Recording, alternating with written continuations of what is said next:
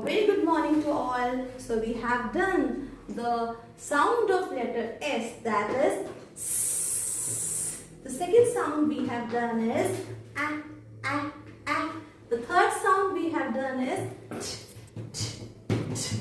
And the fourth sound we have done is I, I, I. So today we are going to do the fifth sound, that is the sound of letter P.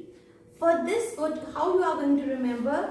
You just have to blow the candle like puff, puff, puff, puff, puff, puff, like this.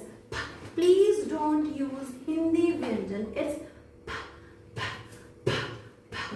Puff on the candles on the pink, pink cake, pink, pink cake, pink, pink cake. Puff on the candles on the pink, pink cake. Puff, puff, puff. Alright, so how we are going to revise this? Papa's birthday.